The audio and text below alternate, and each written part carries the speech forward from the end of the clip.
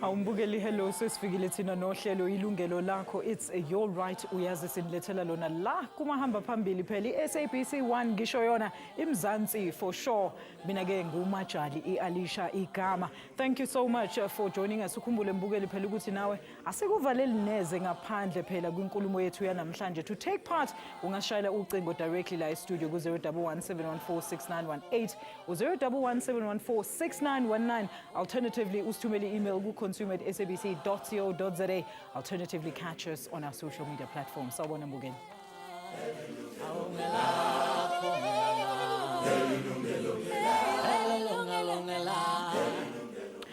Indaba yethu yanamhlanje mbukeli, before you drop that frozen chicken into your shopping basket or put that fork in your mouth or even bite into that meat pie, do you ever stop to think about the handling, preparation and even storage of these foods? Are you convinced that all necessary precautions have been taken to prevent potentially severe foodborne illnesses? I guess beginalo udaba. Budlelwane emkhathini wemthengi nemthengisi buncike ekwethembaneni. Lokwethembana ke lokwenda abathengi bangathikhathi ngekubuka ukuthi indzawo la kuphekelwa khona injani. Ngingenelana ngoba ukudla kwalana kuhle, ku-fresh ngasonke isikhathi. Ngoba ukudla kwala kumnandi and ku-healthy and uma uthengile imali yakho yayizana ukuthi uba satisfied. Kepha ke imbiko yakamuva nje seyishiye bathengi bamunye. Letitfombe leti titfwebulwe ngumthengi lesinye isitolo lesithengisa kudla.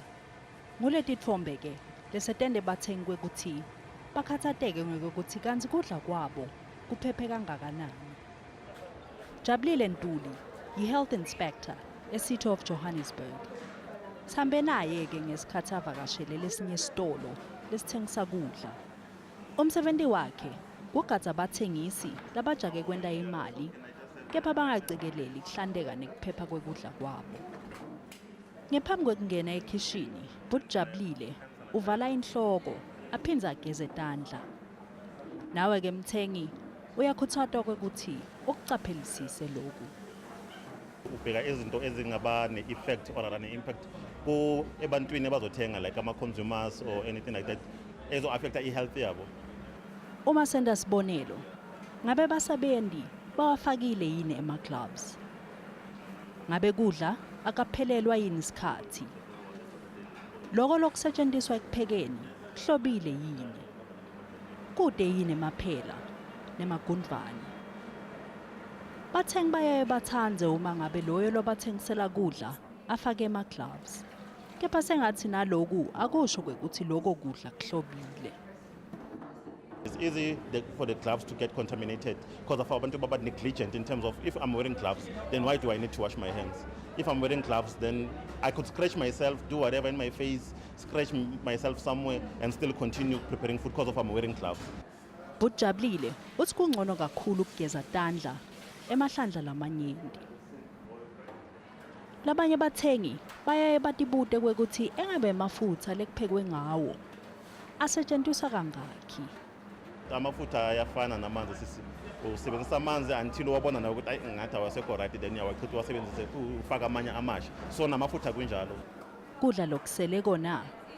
But it does not mean ukuthi in most of the cases ukuthi the food that is left over is going to make you sick. But it's not ideal for what you call food shops because of they need to know how much to prepare. They need to know customer base yabo. Tindzawo letinyenti ke hlobile la emehlweni bathengi. Kepha kwentekani le ngemuva. You'll find ukuthi as a shop owner, I will buy the cheaper meat that I can find. So most of the time when they buy the meat, they can buy maybe from the people that are just slaughtering illegally, meaning that from the backyards or whatever. So that meat is not even inspected. Noma ke bathengi bangaboni ukuthi kwentekani ngemuva. Uma ngabe loyo lobathengiselako angcolile, lokho kungasho ukuthi mhlawumbe ikhona inkinga ngekuhloba kwaleyo ndzawo. Amaphela go anywhere nase toilet. Angithola so toilet uthola kunamagciwana a different angisho amaningi nje. So what will happen? Amaphela go anywhere where they want. They'll go to a toilet, get infected or get contaminated with whatever that they got there, then go back to your food. Emva kwelicwaningo lakhe, Buti Jabulile uthi le ndzawo ikulungele ukuthengisela abantu kudla ngoba ihlobile. Omnikati wayo ke uthi bayacikelela kakhulu ekuthenini bayigcine ihlanzekile. Leftovers, normally we take it away from here. Very seldom do we have leftovers. We prepare until we know we're closing at 7 o'clock, and then we know if it runs out before 7, unfortunately we do not have it. Even if the chips run out, it's run out. We can't sell. We don't prepare again. Bathenge nabo bayakhuthazwa ukuthi babe neliso lelibukhali uma bayothenga kudla. Le ndzaba yekuvele uthembe nje ngalesinye isikhathi ayisidi. Uma kukhona lokusolako uhlabe umkhosi kubetempilo. Zinhle Dlamini, Yilungelo Lakho. Siyabonga kakhulu ngalo mbiko esiwenzele nguMadlamini uZinhle. Now to further discuss the importance of food safety and processes taken to ensure its safety, let's extend a very warm welcome to our studio guest today, Masamgelo Sisitheze Mabuza. Yena ke uphuma kwinkomishoni ebhekene namalungelo abathengi phecelezi iNational Consumer Commission. Sibe naye ke noZanuzuko Mbane yena oyimanager kwi-Environmental Health ye-City of Johannesburg. And from our parliamentary studios in Cape Town, we welcome Mr. Gareth Lloyd-Jones wenkampani ebhekene nokuphepha kokudla i-EcoWise. Thank you so much to all of you for joining us. A very good afternoon, Siyabonga. Siyabonga. All right, let's start in Cape Town. Gareth, let's first understand a bit about EcoWise for the benefit of our viewers. Well, EcoWise is a business that services a large sector of the food processing and production industry within South Africa. Providing solutions that assist our customers in protecting their brands through cleaning, hygiene, sanitation, and products and services related to food safety as such. Awesome stuff. Sisitheze uphinde futhi ukhumbuze babukela ukuthi wena niyenzani njenge-National E-Commission le esiza abantu. Thina sivela kwa-National Consumer Commission into esibhekene nayo sibhekene namalungelo abathengi ikakhulukazi njengoba namhlanje sikhuluma ngokudla sikhuluma nge-right esibiza ukuthi i-right to fair value, good quality and safety. Especially uma ngabe sikhuluma ngokudla. Kuchaza ukuthini lokho Sisitheze? Kuchaza ngokuthi ukudla esikudlayo noma ukudla esizokuthenga kube semgangathweni ofanele, kuphephe kanti futhi kuhlanzeke. All right. Buzuko usichazele kabanzi wena nge-City of Johannesburg nidila ngezinto ze-environment. Ukudla kungenaphi lapho? Inkosi kakhulu manibulise kubamamele ekhaya. I-City of Johannesburg Environmental Health ukuqala njengaqala ngako ukuthi thina siqinisekisa into yokuba ukutya ukutyiwa ngabantu ngalo lonke ixesha kukhuselekile. Sinama health inspectors aphumayo on daily basis to visit all the restaurants around the city to make sure ukuthi ukutya kwabo phambi koba bekunikeza abantu kusemgangathweni oba bangakutya akunakwenza izifo. All right, now sibonile insert Sisitheze ubona into enjeya. Ucabanga ukuthi baqinisile labantu abathi ukudla mhlambe bayachitha mekuthi kufika isikhathi sokuthi bavale izitolo ngempela ukudla kungathengwanga. Do you think that is true? Uma sibheka nje ukuthi omunye nomunye umuntu wokubusiness uyayathande ukuthi akathole inzuzo. Ngesinye isikhathi uma sikhuluma ngezinto esizibiza ukuthi i-brand kanjalo, ku-brand ethize kwenye nenye i-brand kunendlela ukudla okwenziwa ngayo lento esibiza ukuthi i-standard operating procedure. Esisho ukuthi uma ngabe hleze uwenza ama-chips kanjalo uzocada nini amazambane wafaka nini and then uma usuqedile ke noma nangabe kuyovalwa wenzani ngawo. Iningi ke labantu kukhona lento esibiza ukuthi secondary use noma lokudla kungaphinde futhi kusetshenziswe ngokuthi hleze umuntu athi no ngizokupha abantu nje let's say abantu kuma kuma-homes noma kuzothatha kufidwe iy'ngulube kodwa kukhona indlela abakusebenzisa ngayo. All right. Gareth, let's start with you. Let's go to back to you again in Cape Town. Now, I guess the recent chicken scandal has brought back to the fore the real issues of food safety. Now, what are some of the real concerns? Because I know you've written some on your article here about food safety inspectors that need to enforce due diligence when maintaining food safety standards and moving away from that tick-the-box approach. Please tell us more about that, Gareth. Yes, I think firstly, just to take a step back, one needs to understand that the food safety legislation that exists in this country is quite diverse in terms of various types of pieces of legislation, standards, and these dovetail into one another. One of the key challenges that we face, as do a lot of other countries, is how do we look at our whole food supply chain as one food safety standard? Because we do see that there's a difference of application. For example, in your industrial production side, your abattoirs and big food processing facilities, and then how it's applied consistently down the chain, all the way down to the, let's call it the retail and hospitality end, is where ultimately the consumer actually will interact with the product. And what's key on that one is, of course, the highest risk is actually at the retail end when the consumer is about to actually consume the product or make a purchase as such of a particular item that they would like to consume. So the challenge really lies to how do we create a meaningful, let's call it, set of standards that can be effectively applied consistently across the entire food chain, right from farm all the way to fork, and therefore ensuring a food safe product for our consumers. Zuko, awusichazele kabanzi ukuthi mhlambe regulator kanjani i-formal versus informal food outlets. Okay. Enkosi kakhulu. Alicia kokuqala mandithi kukhona formal and informal. Yebo. Whether formal or informal, ukutya kukutya kuthi. Xa ufuna ukuthenga ukutya awujongi into yoba formal or informal. Isisu sifuna ukutya ngelo xesha. But ke mandithi thina njenge-inspectors osikwenzayo zombini as areas siyazehlula within i-offices zethu. Sine database ye-formal food premises. Sibe ne-database ye-informal food premises. So xa siphuma sisiya ngaphandle siyafika sijonge aba bantu aba-informal. Abantu laba aba-informal, abantu aba-informal sithetha ngoshisa nyama, sithetha ngaba bantu abathengisa phaya e-taxi rank estradini. Laba bantu ngabona abantu kakhulu abantu ababasebenzisayo ukwenza sure uba bayatya. So esikwenzayo siyabafundisa aba bantu. Sibuye sihlale phansi simjonge uba ukutya ukuthenga phi okokuqala kusesero kunjalo. Sakugqiba sijongile into yoba ukutya kwakho kuthenga phi, sikujonge into yoba kucoceke kangakanani. Ingabe kulungele na into yoba kungasetyenziswa ngabantu. Sakubona into yoba le nyama okanye le fish yakhe azayithengisela abantu ingathi ayibonakalisi mdla kakhulu. Siyakwazi ukuyithatha siyithumele elaboratory apho ihlolwa khona ijonge into yoba akukho zintsholongwane na. So abantu bakuthi ke on regular basis siyajikeleza siyabafundisa abantu, sibabize kumaholo wethu apho sibafundisa khona ngeempawu ezibabonisa into yoba ukutya akulunganga. Xa bebona into yoba ukutya akulunganga bayakwazi ukufonela ii-offices zethu, nalapho i-inspector iphuma ngelo xesha kanye umuntu afuna ngalo ihambe iyojonga into yoba kwenzeka ntoni na. Xa sifikile safumana into yoba ukutya nyana kukho right, siyabuya sibize aba bantu abathengisa emgaqweni sithi sifumene oku noku kukutya kwenu. Siphinde sijonge into yoba ingaba elandela yonke na imigaqo. Njengoba babesibukele ngaphambili phaya ujabulile kulaa clip besike sayidlala ngaphambili. Abantu bakuthi in between abahlamba izandla. Umuntu uzawuthi ngeli xesha aqalisa ukusebenza uzazihlamba izandla. Athi ngokusekepheka kube khona le nyama elihlaza nale nyama eseyivuthiwe. In between ke ngokuyafuneka lonke ixesha rhoqo umane uhlamba izandla.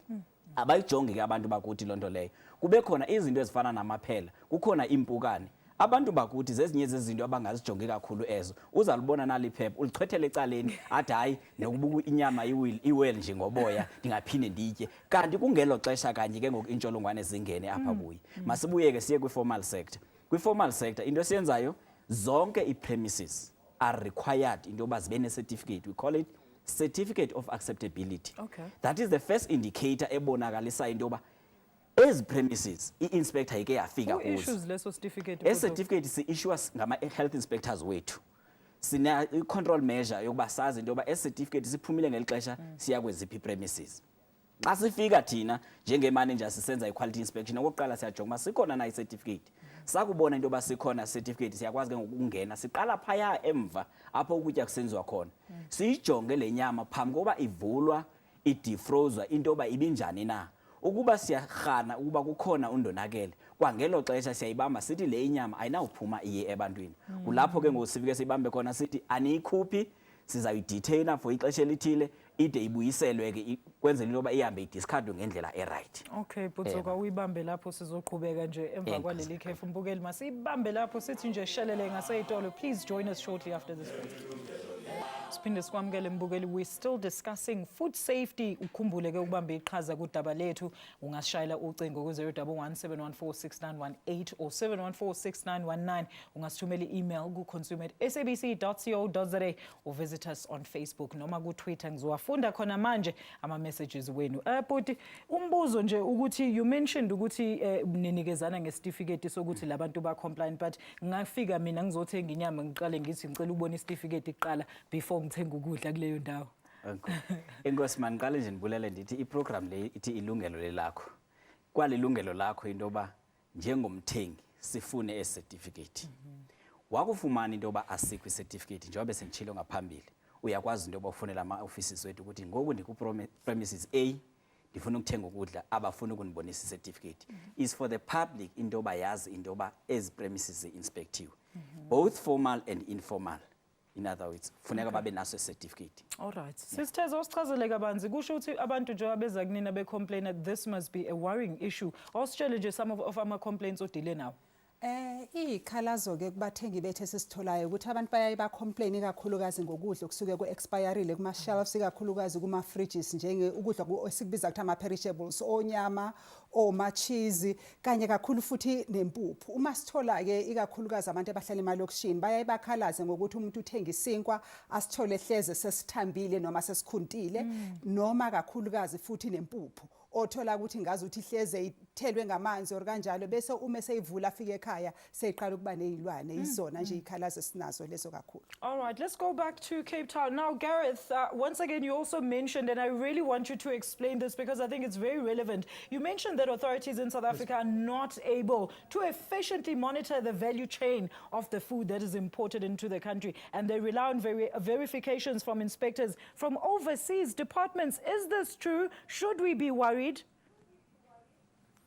Well, I think it's been well publicized that your authorities at the inspection ports are severely understaffed, which means that there is the clear opportunity for mistakes to happen and for product to make it through the process without having gone through the relevant inspections, etc.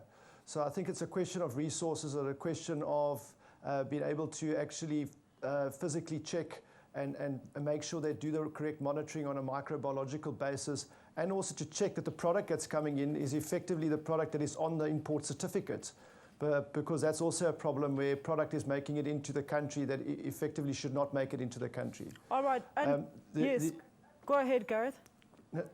No, I think the fact is that when food is imported into any country and you elongate that supply chain, your risk does increase. Therefore, it is pertinent that one would need a more stringent approach towards monitoring these particular products that are coming in. Right. But having said that, the inspections that do take place within those countries before the product leaves are all rigorous and are quite compliant.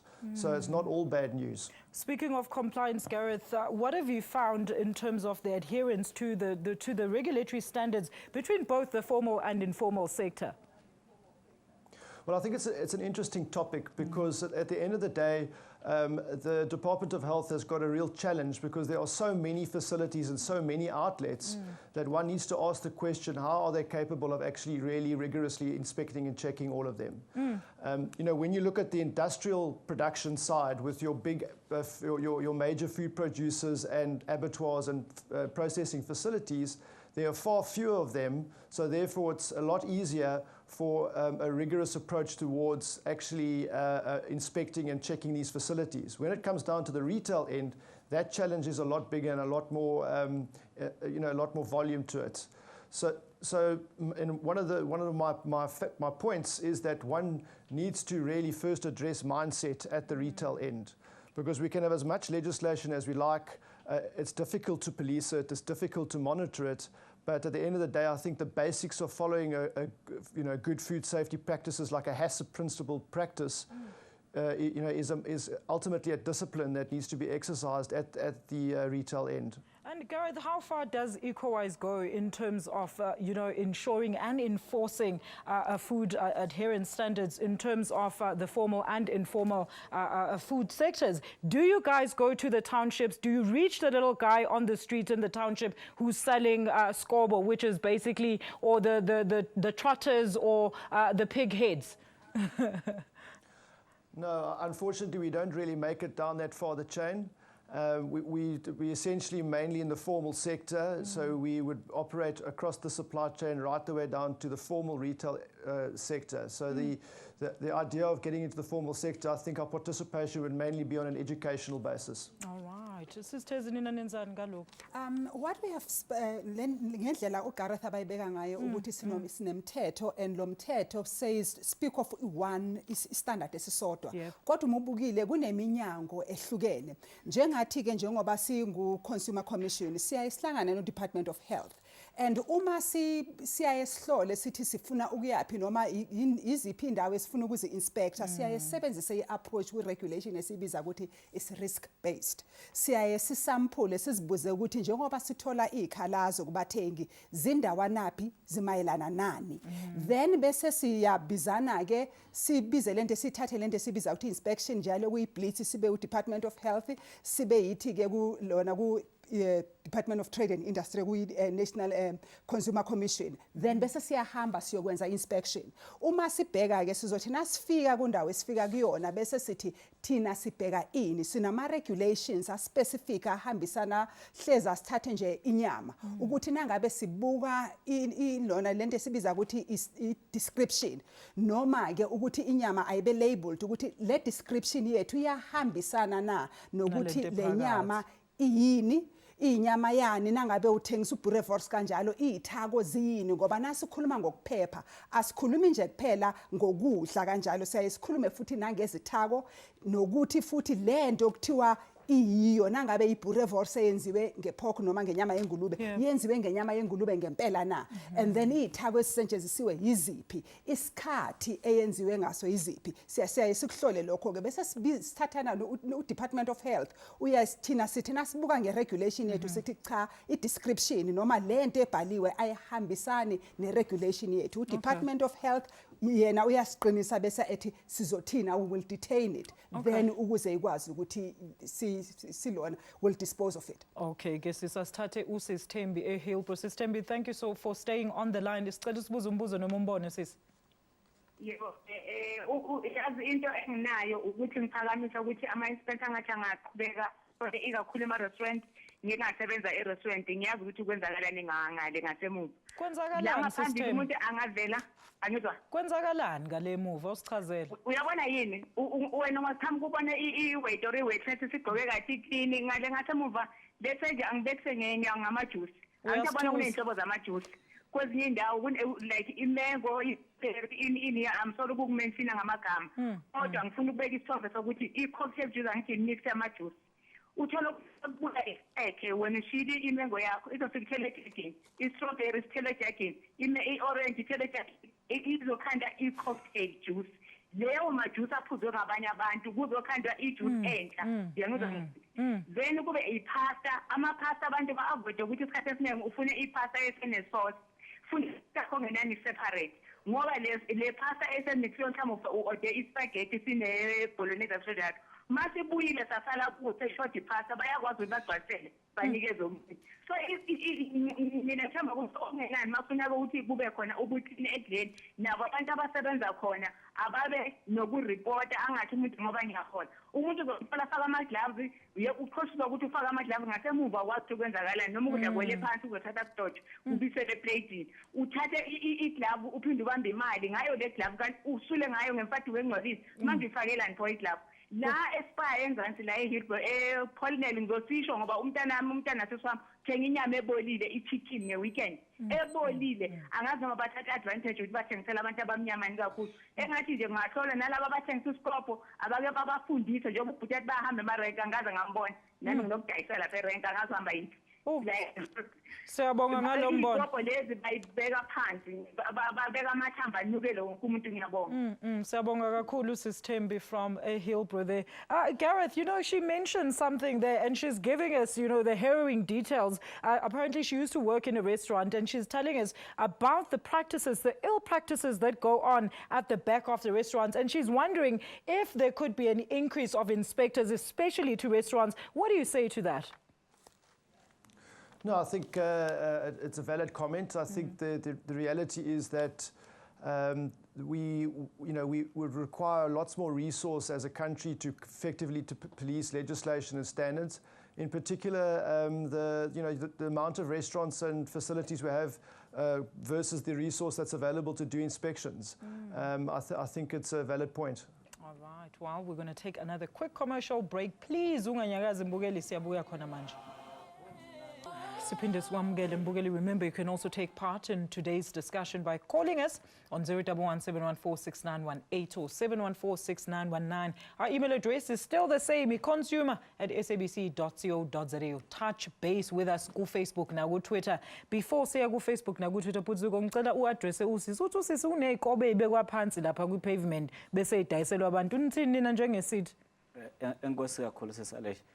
Aniqondi into yokuba ingenzeka phambi kwamehlo we-inspectors lonto noba ndiyimanager ndihlale office ndike ndaba yi-inspector ngaphambili so esikwenzayo thina sisebenzisana namaphoyisa wethu kamasipala i-JMPD on regular basis singena emgaqweni bayasibona abantu ama-inspectors wethu agqoka ama-reflector jacket bahamba nama-JMPD kulapho sifike si-remove khona awukwazi ukuthengisa emgaqweni ungenalo iphepha lokuvumela ukuthi uye kuloo ndawo kodwa kusisithembeni ngakutsho nje into yoba iHillbrow lapha emva kwe-office zethu lilungelo lakhe into yoba angeza ngenyawo zakhe e-ofisini lethu phaya eLovedale angaphinde asifonele athathe izithombe siza kumkhusela ngalo lonke ixesha kuba xa zifika ii-complaints ukuthi asichaze into yoba ithunyelwe ngubani i-complaint njengoba seketshilo-ke wabiza ngegama ishop leyo ndizakwenza sure uba xa ndisuka apha ndidibana ne-inspector bendingavuya ke into yoba ndizifumane inamba zikaSisthembi khona ukuze ndenze i-appointment naye ndiyofika ngokwami ngenyawo zam ndiyibone loo nto athetha ngayo. Ubudzuka usho ama-inspectors aphuma how often la especially lapha kwi-Johannesburg CBD la khona ama-informal traders? Ama-inspectors wethu sisebenza ngomvulo Monday to Friday. Ayaphuma from 9 o'clock until 3 o'clock asemgaqweni enza umsebenzi. So lento esho Gareth ukuthi maybe i-demand ihlambe yeindawo ezidinga uku-inspector actually iyalokhuza is more than ama-inspectors are available to go and inspect.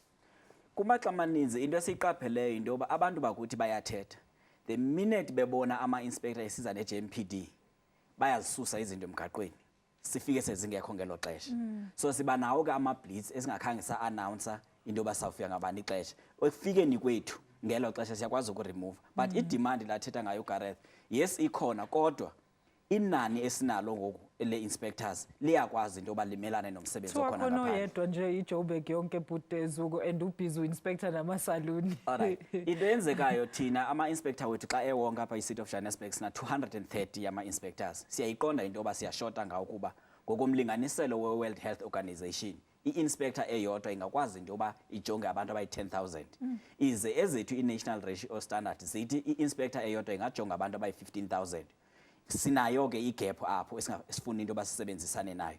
Amasaluni yenye yezinto ezikhona ukuthi kodwa kwangokuba sisagxile nje ekutyeni ndiqinisekile into basiyakwazi ukumelana nalomcimbi.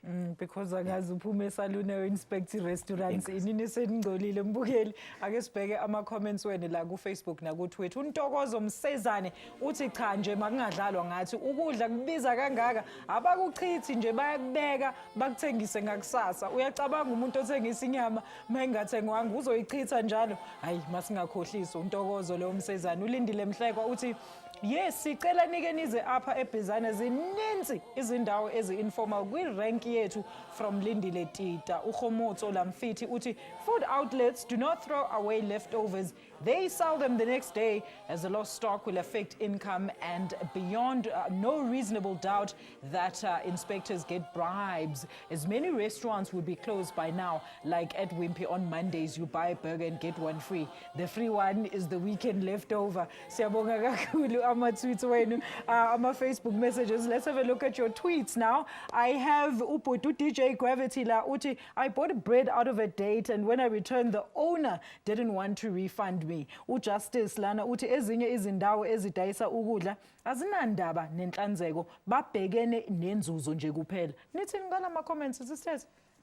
Siyaye sithi ke njengomthengi you've got the right ukuthi nangabe isinkwa osithengile si out of date sese expireile buyisela into esiyenza ke ukuthi especially uma ngabe siyathenga ke ko masiphaza shop esitolo seduze kwami ngivele ngithi lo muntu ongidayiselayo uyangazi angiceli receipt.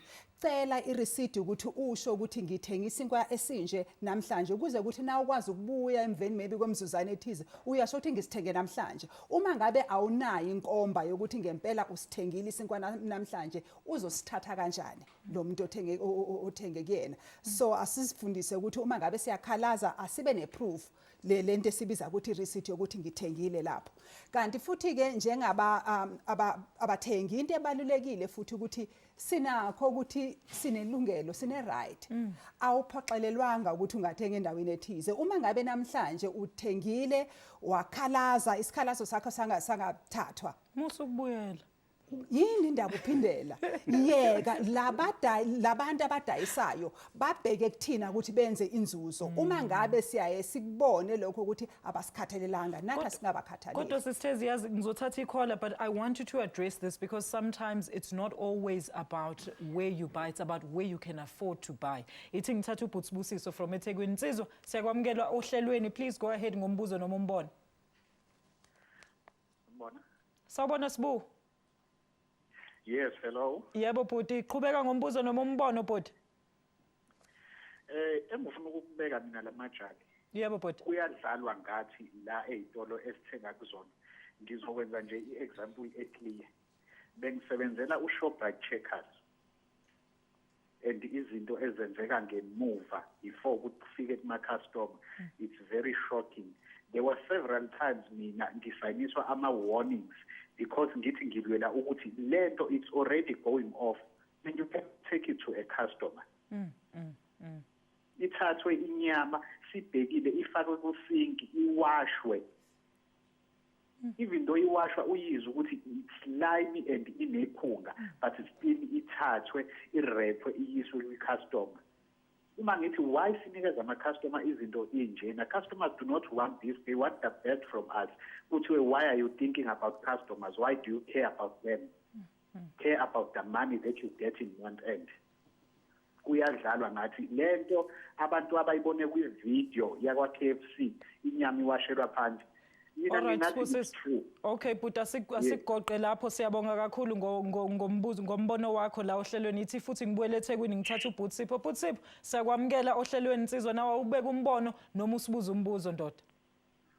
Yebo ke sisi igama lami uSipho Ndima eMondlo esigodini sakwamaqhanqa. Yebo Nsizwa. Mina sisi na ezitolo ezisemall ezidayisa ukudla.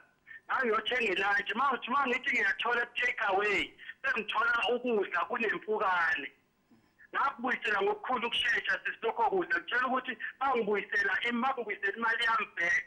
Ngiyacela abahlonishwa abazivakashele namhlanje bashiyele inombolo lapho sizoripota khona lezitholo ezidayisa ukudla okungahlanzekile. ngiyacela kakhulu bahambele kakhulu futhi ney'tolo eziyisimamolo ey'dayisa ukudla. All right, thank you so much for that. Gareth, I suppose, we've just heard 2 phone calls about literally the same thing. People are really complaining about, the practices behind the scenes and the handling of food. Now, one asked that, is it possible to call inspectors to come and inspect certain places? And these people are specifically worried about the big mall shops. My understanding is that you are able to place a complaint and the inspector would need to comply and inspect the facility. Again, they may need to fit it into a schedule of inspections they're currently doing, so it might not happen immediately. But obviously from a consumer perspective, they would like a quick answer on it. All right. So again, it's a question of resources. All right. Nina Putin ngasiza kanjani? Ingune demand yama inspectors. And ngathi izoqala ngase emuva ezitolo hayi ngaphambili ukuthi kubuka ama shelf aqinwe ekseni mekwazi ukuthi niyeza. Enkosi kakhulu ndiyabulela sasaleshe. Okwenzekayo abantu bakuthi lilungelo labo into yoba mama demand ukwazi inspector yabo. Ama inspector wethu indlela esenze ngayo kwi City of Johannesburg award based. I-inspector isebenza iward A1. So that inspector during i-community meetings ziyaya siyozipresenta khona abantu bayazi into yoba i-inspector yeward yami ngubani. So umzekelo uba ndingabuyela back kula comment kabhuti Sibusiso from eKZN. Njengoba emention uShoprite sinawo umzekelo apha eJohannesburg weShoprite ibise-Orange Farm. Apho siye sazifumana ezinye zezinto athetha ngazo. Leyo Shoprite siye sayivala kodwa ngoku abantu babangaya kule Shoprite is totally different from what it was before ngenxa yosizo lwabantu. Ndibuye ke ndize kule nto yoba kuthiwa mhlawumbi uba ngaba bekungeso into ye-bribes ngeba zonke ezi zinto zingekho. Kwi-City of Johannesburg sinayo i-challenge maybe ngenxa yokuba amanani wethu awakho maninzi. Esiyifumeneyo sine-bogus EHPs. Ezibhizi ezijikeleza around zifike zipretend as ama-health inspectors from i-City of Johannesburg. So awethu kama-inspector anayo i-identification card.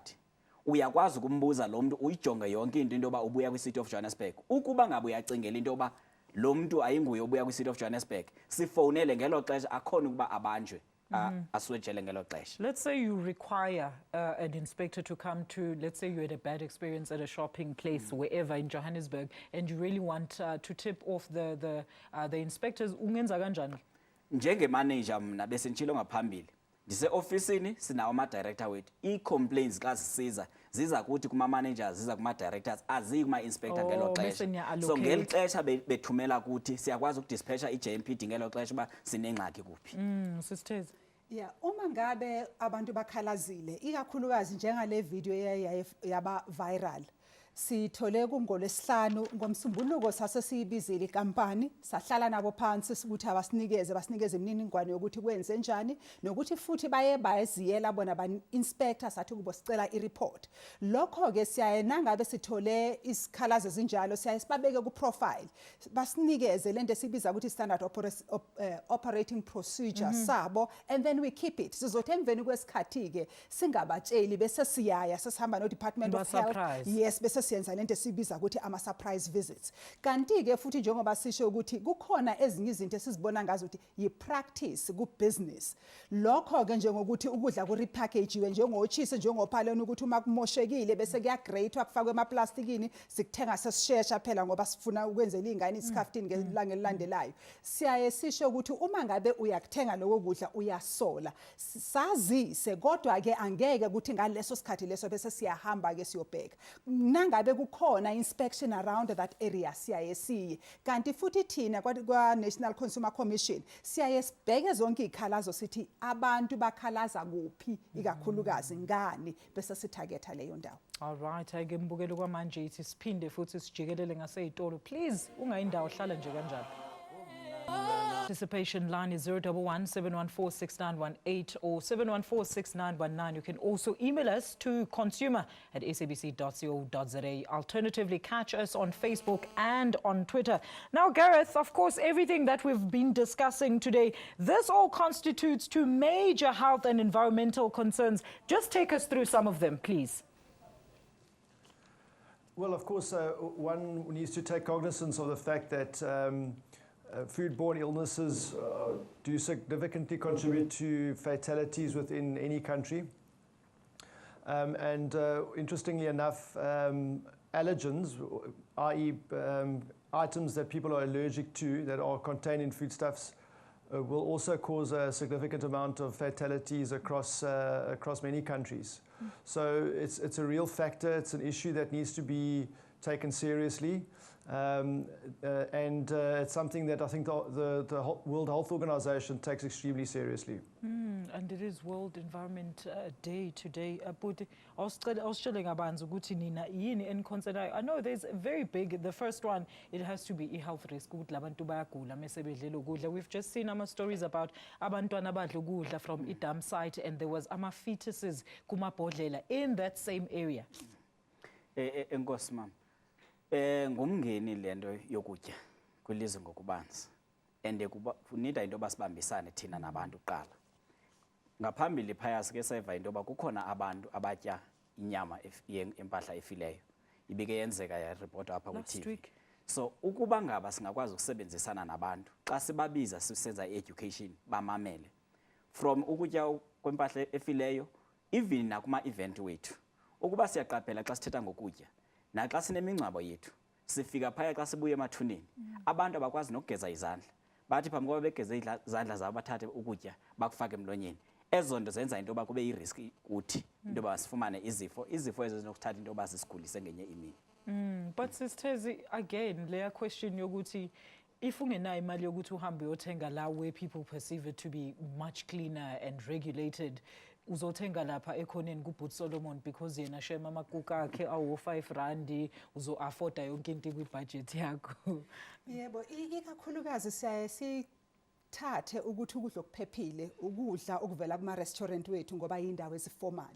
Into ekhona-ke ngilalele kubalaleli bethu emakhaya ukuthi iningi labo likhalaza ngendlela noma ukudla kuma-backrooms, into enzakala ekitchen, not lena oyibona kuma-waiter.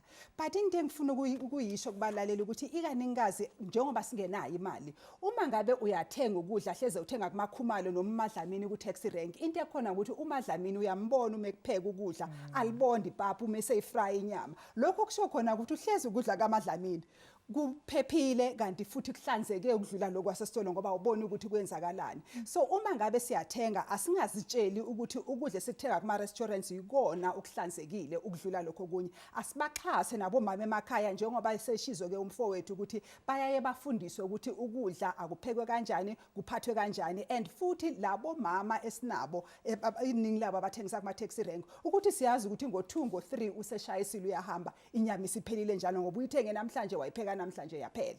So asingathathi lokho ukuthi ukuhloba noma nokuphepha kuhambisana nendawo, kuhambisana nokuthi lo muntu osidayiselayo yena uziphethe kanjani noma usihlonipha kangakanani. Gareth, just take us through this. What are some of the penalties for the people that are not compliant to, of course, the various health and food safety standards? Well, of course, there's criminal proceedings that can be placed against people depending on which act they've contravened. Obviously, from a Department of Health perspective, they could stop them from processing or stop them from producing until such time as they've proved their acceptability as a facility, which would obviously be loss of income, etc., to the owner of the establishment. But I think one of the biggest concepts I think we haven't really cottoned onto in South Africa is the concept of consumer outcry. And I would like to see some sort of system where there was a visible grading system that needed to be displayed in any facility or establishment that gave the consumer an understanding of what level of health, let's call it score or standard they've achieved as per their inspection, so that I as a consumer can see, is this facility a 10 out of 10 facility, or is this a 2 or a 3 out of 10 facility? So, if that doesn't exist yet, but although there are let's call it consequences, both criminally and legally, that can be instituted against the establishments. And Gareth, when you go for an inspection, what are some of the first things that you look for? What comes out of that report? What have you inspected? Well, for us, one of the key components of an inspection is, first of all, you need to inspect against a very specific standard. But I think what's important is that you monitor the application of that standard by the establishment during the time that it's going to be most difficult to comply. So in many instances, you can go into, let's say, an establishment or a restaurant. You can inspect that facility at 10 o'clock in the morning. It's nice and clean. There's not that busy. The staff are all dressed properly and everyone's behaving themselves.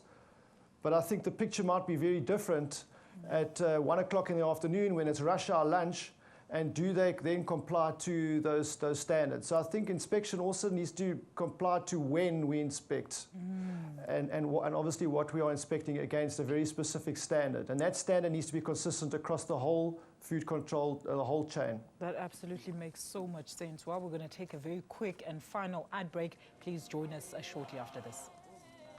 Sikwamukele futhi mbukeli ithi ngamukele ohlelweni uButhemba wase Cape Town. Buthemba siyakwamukela futhi qhubeka nje uthi qaba sesiphelelwe isikhathi umbuzo noma umbono. Molweni sisi. Molo but. Sinengxaki esinayo. I'm a truck driver. Yebo tata. Yes, njema sidriver itruck njena. Sithi masifika kwindawo ezineshop. Sigxothwa zitraffic nangamapolisa ukuthi singamise edown siyothenga. Ukudla sukuthengayo sukuthenga esigarage. Izolo bendise-PE kwaSpa. Kunospa olapha eSwarkop. Ngifike khona ngithenga inkukhu khona epheleleyo. Le nkukhu bathi iphuma kunye nedrink yakwaSpa. Onawe xa ndisidla le nkukhu indala iyareka kwalapha emlonyeni. Basibeke eseyilini ezinto ezi. Sesithi ba ayizo shops zabantu abamnyama ezezalweni kwezi shop ezinkulu Shoprite oSpa sithenga ukudla okubolileyo. Iwese esigarage kwendawo sithenga kuzo. Ufike bendidlula beseGauteng xa ndiphinda ndibuya okudla kusekulanda kuzawuthengiselwa thina truck drivers. Ziphi inspector kwezi ndawo? Siyabonga bhuti wami, thank you so much. That is sad. But Zuko awusichazele awuphendula ubhuti ukuthi nina yini mhlawumbe ningayenza ukuthi nifake ninyusane izinga nenamba yama inspectors around the country. Ndicinga into yoba sesialisha ubukho bam apha namhlanje ndifundile kubalaleli ekhaya. Xa ndibuyela back e-ofisini zezinye zezinto ezifuna into yoba sizisukumele. Andiqondi into yoba isemthethweni ilihlazo into yoba abantu bakhalaze ngolu hlobo bekhalaza nge-inspectors zethu. Ithetha into yoba ikhona into mhlawumbe singayenzi kakuhle. So ndizawubulela kuye ubhuti ngekhole le ndithi ukusuka apha back to the office, I will make sure ukuthi within the city of Johannesburg I can commit to everybody around South Africa uba angeze iphinde yenzeke into enjalo. Ndiyaqinisekisa ngoku into yoba xa ndiphuma from Monday ama-inspectors wethu will be all over the place. All over, not just iGauteng nebhuti uyamuva uba use-PE. Okay, enkosi ngayo. EPE siyakwazi ukunxulumana nabantu abase-PE. Sinazo inamba zabo, ndizawuthetha nabo xa ndiphuma. Okay, sisitheza awugoqe nje uhlelo sithando sami. Sizizwile ikhalazo zabantu and siyasho nje nathi singumnyango sithi sizosebenzisana nabo abomnyango we-Department of Health nama-health inspectors wethu. Kule indawo iy'tolo ey'nkulu siyasahlola ngonyaka ophelile sizophindela futhi sizihlole iy'tolo. Thank you so much. Gareth, your final words, sir. Where can we expect to see more inspectors? Is there anything that you're going to do to try and help with the seemingly lack of numbers when it comes to inspectors in the country? Yeah, well, we will continue to lobby for changes to how legislation is structured around this issue. I think key will be to tidy up, for government to tidy up the various pieces of legislation, specifically how they overlap between the Department of Agriculture, the Department of Health and the DTI. And I'll push hard as well from an ECOWAS perspective that we try and see this food control agency come to fruition, which has been something that's been on the table for the better part of sort of 5 to 10 years. Thank you, Gareth. Hopefully we're going to start seeing some action, and not just because of these scandals, as our people always do. Before indaba ithathwa serious. That's how we've come to the end of today's program. Let me thank my studio guests for making time to be with us. Please join us again next week, Friday, for another live consumer topic of the week. You're also welcome to say send us your topic suggestions. Our email address is consumer@sabc.co.za. From me, Alicia Ntombiagajali, and the entire team and guests, nisale kahle. Until we meet again, tata isikhathi sokuthi udlani nokuthi buyaphi. Nisale kahle.